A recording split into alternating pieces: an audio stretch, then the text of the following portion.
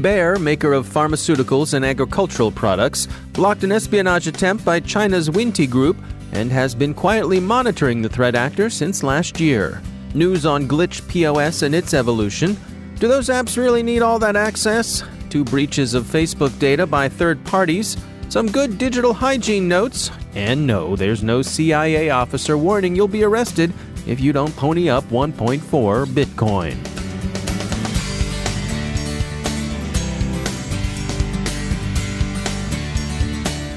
Now a moment to tell you about our sponsor, Observit. The greatest threat to businesses today isn't the outsider trying to get in. It's the people you trust, the ones who already have the keys. Your employees, contractors, and privileged users. In fact, a whopping 60% of online attacks today are carried out by insiders. Can you afford to ignore this real and growing threat? With Observit, you don't have to. See, most security tools only analyze computer, network, or system data. But to stop insider threats, you need to see what users are doing before an incident occurs. Observit combats insider threats by enabling your security team to detect risky activity, investigate in minutes, effectively respond, and stop data loss. Want to see it in action for yourself? Try Observit for free. No installation required. Go to observit.com/cyberwire. That's observit.com/cyberwire. And we thank Observit for sponsoring our show.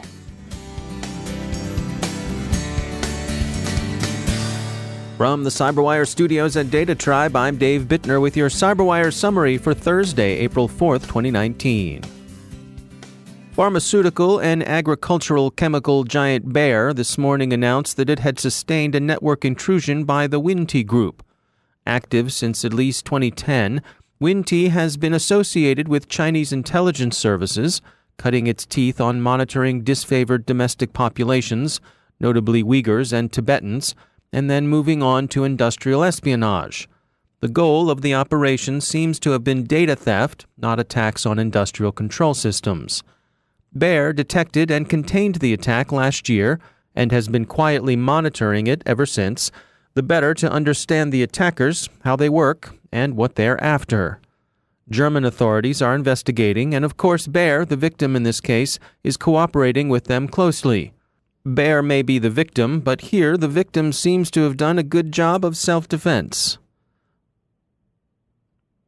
Booz Allen researchers who've been tracking GlitchPOS report that the malware has evolved. That suggests strongly that its masters are actively maintaining it. GlitchPOS's most interesting new functionality is an offline mode, which could enable targeting of systems without direct internet connections.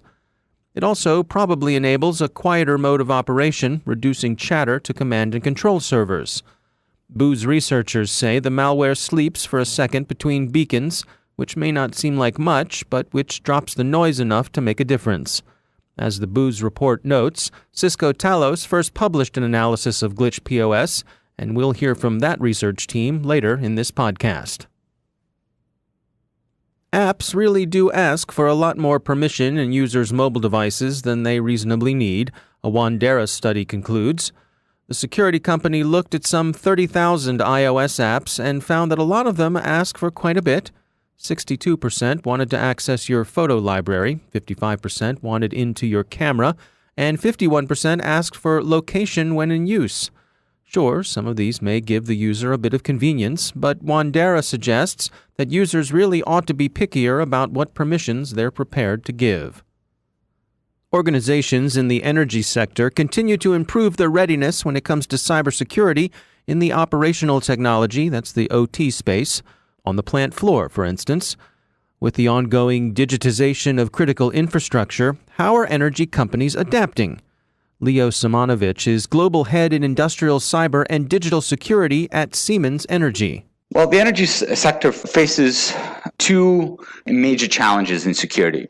One is to secure the vast brownfield, where the equipment is anywhere between 15 and 50 years old, where digital is being bolted on top, and the greenfield, where IoT and security is being implemented within, and where attacks are reaching lightning speeds. For the vast brownfield, I think the challenge is foundational. to take some basic measures like patching and vulnerability management and asset management. That's even hard to do for many companies, especially small to medium-sized enterprises. And then at the same time, how to think about security in a different way around edge, around cloud, and around this bifurcation where a lot of the intelligence is being pushed either into the office environment or right into the field. Yeah, I mean, it strikes me that that's an interesting challenge where you have all these available streams of data that can come back to folks controlling these systems, but you still have to have that component on the ground. You're still dealing with mechanical objects, out in the field that are controlling the flow of these critical infrastructure elements. Yeah, that's absolutely right. It's where the physical and digital worlds really converge. And we think of security and digitalization as really two sides of the same coin. The attack in Ukraine really illustrates the point. The operator for the first few hours didn't know he was experiencing a cyber attack. He thought that his control system was malfunctioning. And if he was in fact collecting and correlating data from the network, the control system, and the asset, he would have spotted a pattern that was really out of sync. And this is where AI, in fact, offers enormous benefit. It's those variations and the ability to identify patterns that to a human brain would be difficult to pull together, but AI can bring to fruition to say that my process logic says that the machine should be operating at one speed, my network says that it's operating in another, and pulling these pieces of the puzzle together, mixing, matching them, and then identifying unusual patterns is sort of the promise that artificial intelligence, machine learning, neural networks can bring to the table. But to do all that, you need connectivity, you need basic visibility, and foundationally, you need to embrace artificial intelligence as a tool. And that's something that many energy companies are hesitant to do because to them it seems like a black box. So how do you overcome that resistance? How do you convince them that this is something that's beneficial? Well, I think it begins by tackling visibility one block at a time, starting with an understanding what assets you have, how important those assets are, prioritizing them, and then beginning to implement some monitoring capability. You shouldn't monitor everything, and the things that you do monitor need to have both operational benefit and security benefit. In fact, the data that we're analyzing, and this is what we're doing at Siemens, we built a monitoring platform that ingests process and network data to provide insights to customers in terms of finished intelligence. What we often find is that 90% of the alarms have more to do with operational changes than they do with security. But nevertheless, they need to be investigated because a configuration change could mean a cyber attack, or it could mean that a compressor or turbine is malfunctioning. So this digital revolution that we are all experiencing is inevitable. The question is, how do we protect it to ensure the viability of our economy? That's Leo Simonovich from Siemens Energy. Another big Facebook data exposure has been disclosed, this one due to third parties who left the data in indifferently configured AWS buckets. Researchers at security firm UpGuard found 450 million Facebook users' records exposed online. That's pretty big, but we may be growing inured to big breaches. The data were in unsecured AWS buckets belonging to third parties Cultura Colectiva and now defunct At The Pool. Cultura Colectiva, a Mexican media outfit, left such data as comments, likes, reactions, account names, Facebook IDs, and more waggling around on the internet, unsecured by so much as a password. The situation was similar with At The Pool. This was a Facebook-linked app whose exposed S3 bucket include a baker's dozen of data categories, including Facebook user ID, user, friends, likes, music, movies, books, photos, events, groups, check-ins, and interests, as well as passwords for At The Pool. At the Pool may be gone, but the Facebook data remain, and even the passwords to At the Pool are problematic. As UpGuard points out, many people reuse passwords, so even these could have some utility in credential stuffing attacks. Reuters says Facebook has succeeded in getting the information taken down. The company has taken the opportunity to point out that, quote, Facebook's policies prohibit storing Facebook information in a public database, end quote. But as so often happens, there's many a slip twixt the bucket and the lip. AT&T Cybersecurity's Alien Labs reports finding a Python-based bot scanner, which they're calling Zwoo. It's actively looking for exposed surfaces and any default passwords users might carelessly have left in place. This serves as a timely reminder of one aspect of good digital hygiene. Don't leave that default password in place when you deploy hardware or software tools. People notice. They have bots looking for them. Another aspect of good digital hygiene is, of course, regular, secure backup. There's a sad story out of Michigan this week in which a small business, specifically a medical practice, is going under due to a ransomware attack. Brookside ENT and Hearing Center in Battle Creek will close its doors permanently on April 30th. Attackers encrypted the practice's files and demanded $6,500 in ransom. When Brookside refused to pay, the extortionists wiped the practice's data.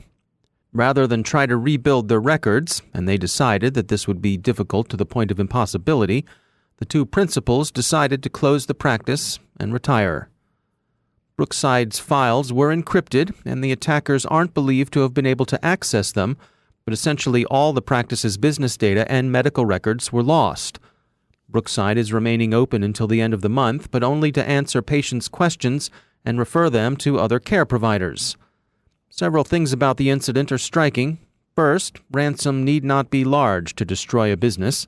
Indeed, it probably won't be the ransom demand, but rather the data loss that proves the killer. Second, the doctors declined to pay because they didn't believe they'd be provided with a key to decrypt their files. And third, while the data were encrypted, which is important, they apparently weren't effectively backed up in a way that would enable them to be restored, and that broke the practice.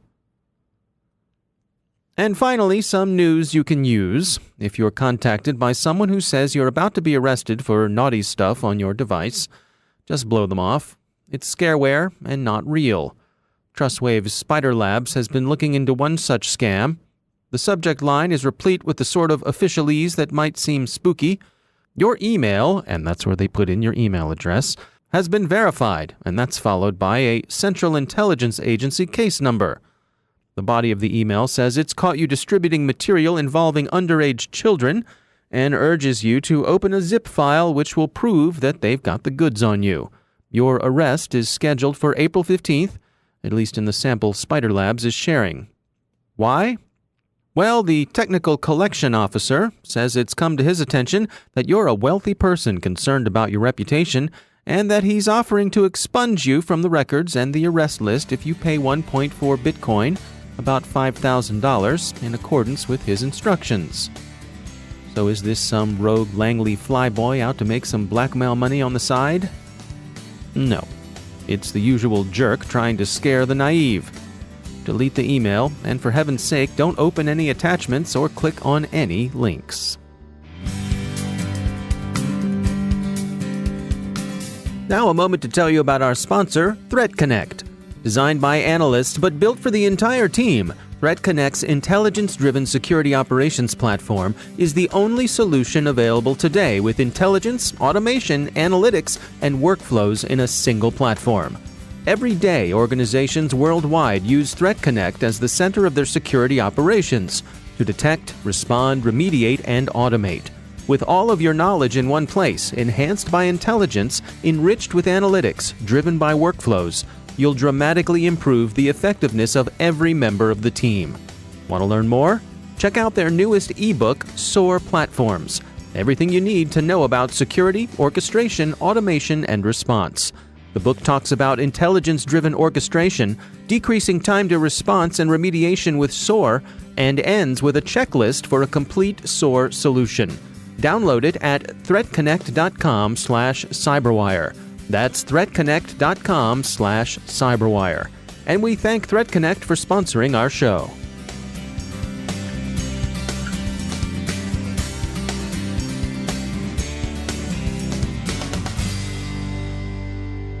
And joining me once again is Craig Williams. He's the Director of Talos Outreach at Cisco. Craig, it's great to have you back. You all recently published some new research about some point-of-sale software you guys have been looking at. What's going on here? Yeah, thanks, Dave. So this piece of malware we found, we're calling it the GlitchPOS, or Glitch Point-of-Sale Malware. And what's really interesting about this one is it's, all these types of kit malware are really designed to allow unsophisticated attackers to basically run malware that's out of their league, right? To take a really sophisticated idea and make it simple so that anyone can control it and use it successfully. So walk me through what's going on with this one. So this one's pretty interesting. The author behind it is advertising it on these forums, obviously for sale.